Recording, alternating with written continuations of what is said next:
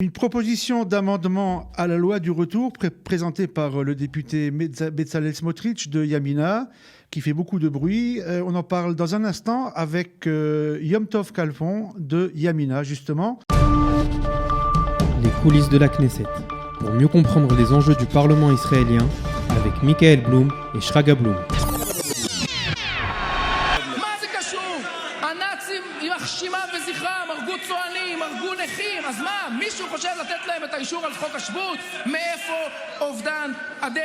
Bonjour Michael.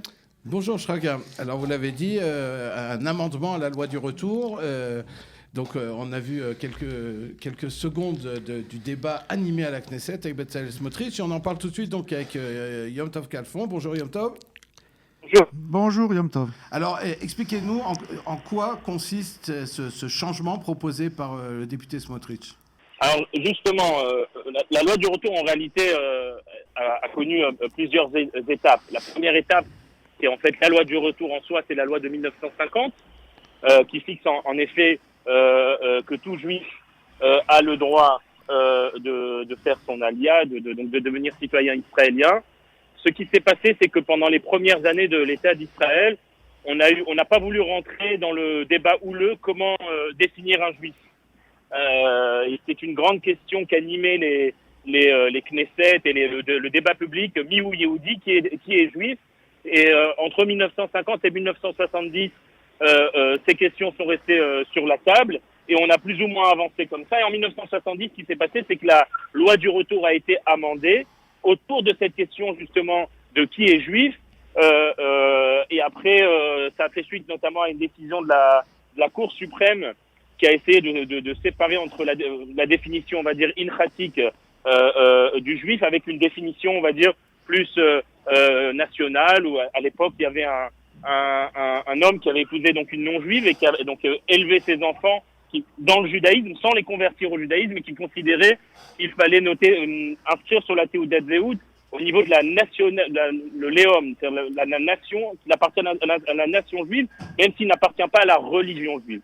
Ça avait fait débat à l'époque à la Cour suprême, et en réaction donc à ce jugement de la Cour suprême, on a amendé en 1970 la loi du retour. On arrivait à un compromis à l'époque entre les partis religieux et les partis non religieux, comme quoi on allait, oui, inscrire la Hagdara, la définition conforme à la halakha qu'un juif, c'est quelqu'un qui est né de mère juive ou qui s'est converti au judaïsme. Mais à côté de cela, on a élargi la loi du retour à des gens qui ne sont pas juifs, mais qui ont au moins un grand-père juif. À l'époque, Israël des années 70 n'était pas forcément le pays le plus attractif au monde. Pas la puissance économique qu'est aujourd'hui Israël, donc ça n'avait pas forcément inquiété les partis, le Mafdal de l'époque, qui avait accepté ce compromis, puisqu'ils considéraient qu'ils ne pensaient pas qu'il y avait beaucoup de personnes qui avaient seulement un grand-père juif qui allaient avoir envie d'émigrer en Israël.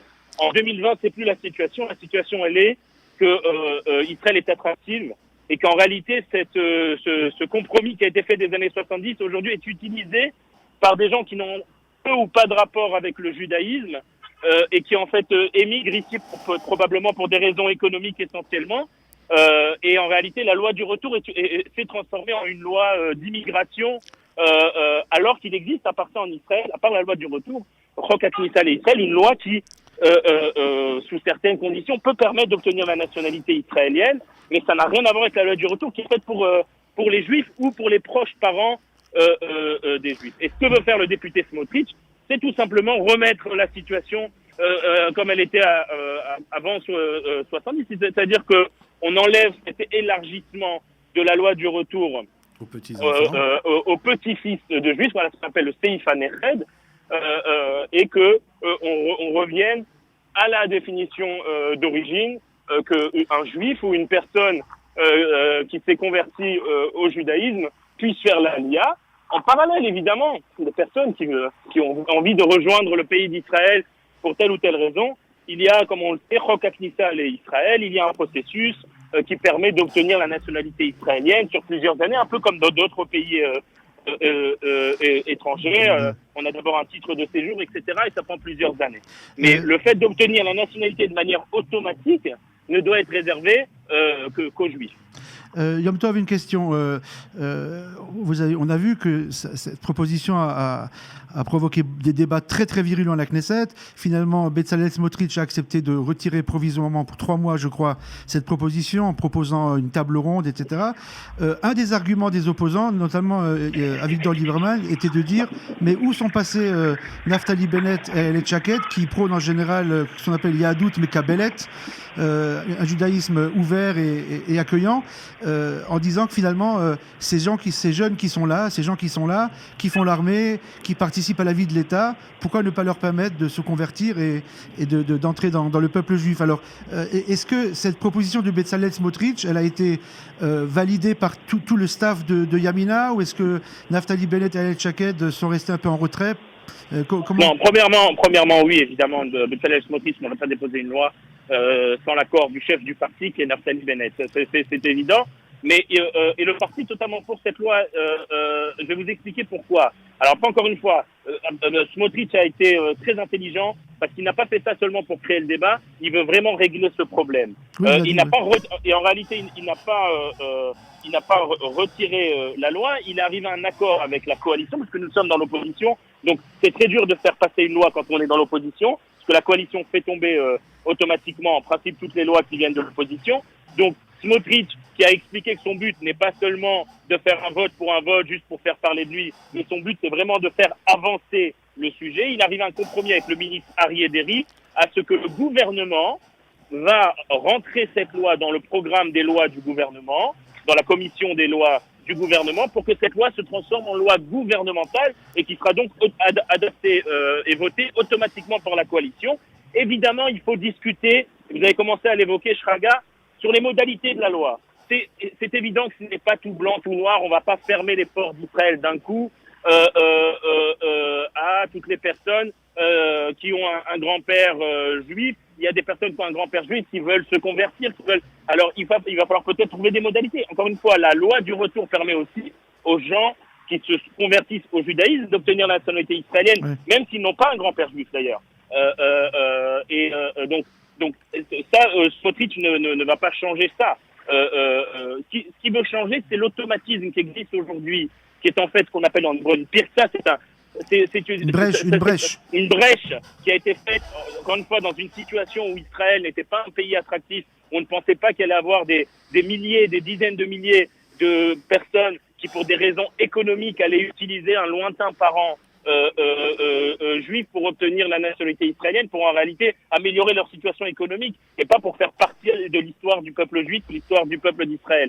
Et il faut savoir les chiffres. Ces dernières années, la majorité des bénéficiaires de la loi du retour, donc la majorité des Olim en Israël ne sont pas juifs. En effet. On est, si je me souviens du dernier chiffre qui avait été publié, c'était 55% des Olim en Israël selon la halakha, ne sont pas juifs selon la halakha et ont bénéficié de cette brèche.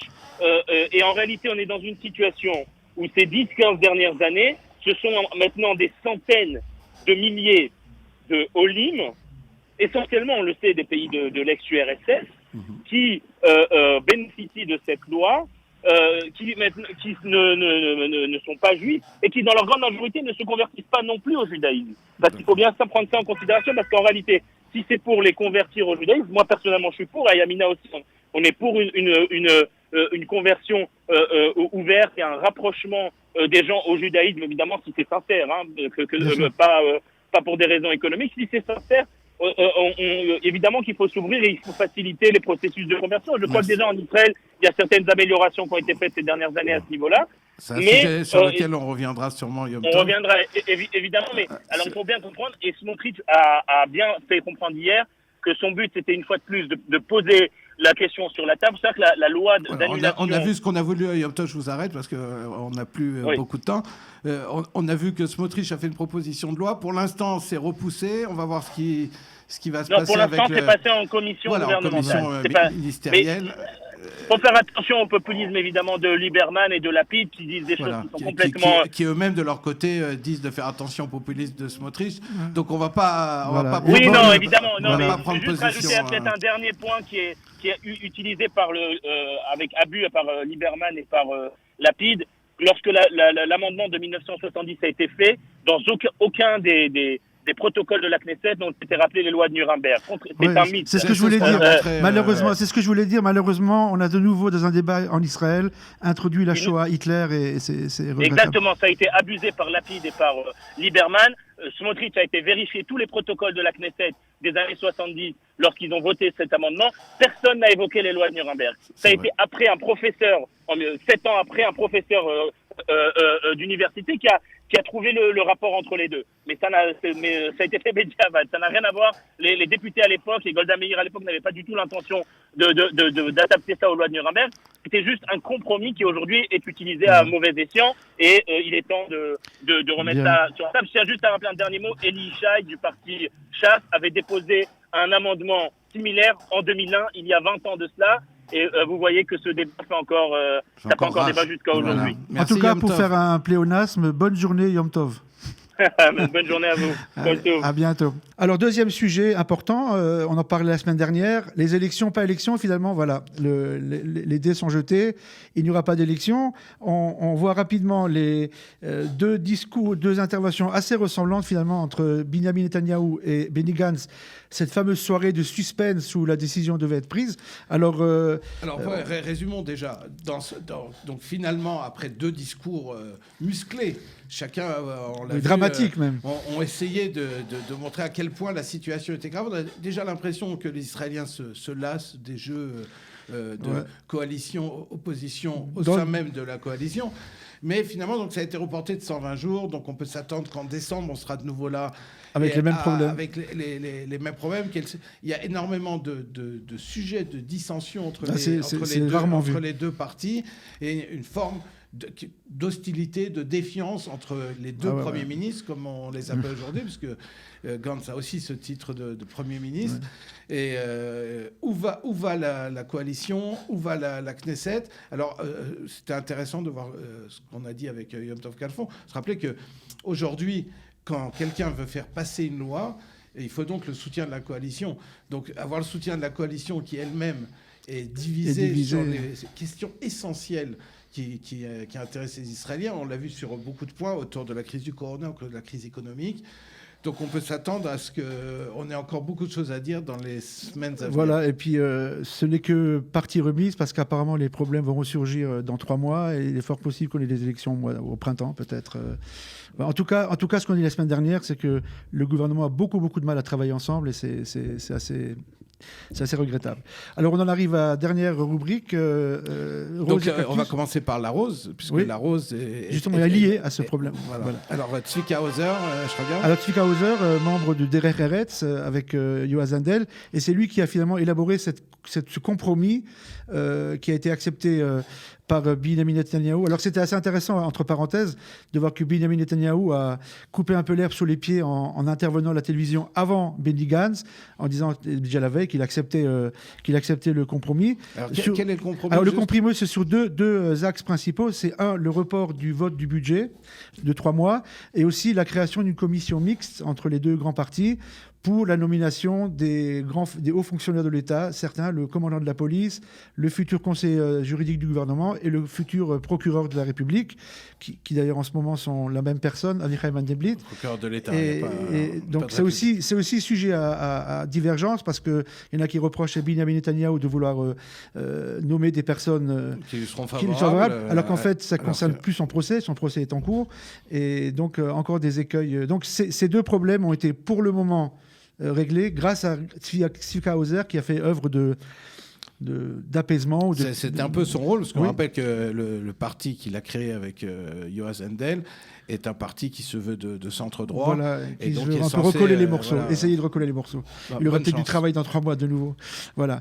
Et donc le cactus, cette semaine, un ancien général, ancien ministre de la Défense. Alors Moshe Bouki Ya'alon, donc qui lui était à la tête du parti dans lequel étaient membres Hauser et Handel qui l'ont quitté. En fait, Ya'alon est donc resté dans l'opposition.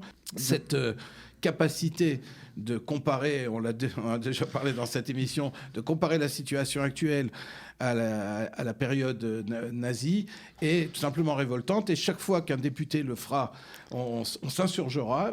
Nous, on fait que donner un cactus. Mais c'est quelque chose qui est très choquant de la part d'un ancien chef d'état-major qui attaque les forces de l'ordre israéliennes pour les comparer aux exécutants aveugles, qui obéissent aux ordres. C'est un cactus sans discussion. Mais disons, on en parlait tout à l'heure dans la voiture, c'est que Yair Golan, ancien chef d'état-major adjoint, Ehud Barak, ancien Premier ministre, Moshe Yaalon, ancien ministre de la Défense, tous trois d'anciens généraux, assez prestigieux d'ailleurs, qui tombent dans ce travers de faire des comparaisons qui sont inadmissibles et indécentes. Il faudrait étudier, savoir à partir de quel moment on a osé à la Knesset faire des comparaisons entre les autorités israéliennes ou les forces de l'ordre israéliennes et faire cette comparaison avec les nazis. Ce genre de comparaison, quand elle est faite par les antisémites à l'étranger, révolte la société israélienne. Quand elle est faite au sein de l'hémicycle de la Knesset, c'est carrément insupportable. Ouais, tout à fait. Et je crois qu'il mérite bien ce cactus. Voilà, en tout cas, à la semaine prochaine, cher Michael, chers auditeurs, Shabbat Shalom. Shabbat Shalom. Les coulisses de la Knesset. Pour mieux comprendre les enjeux du Parlement israélien, avec Michael Blum et Shraga Blum.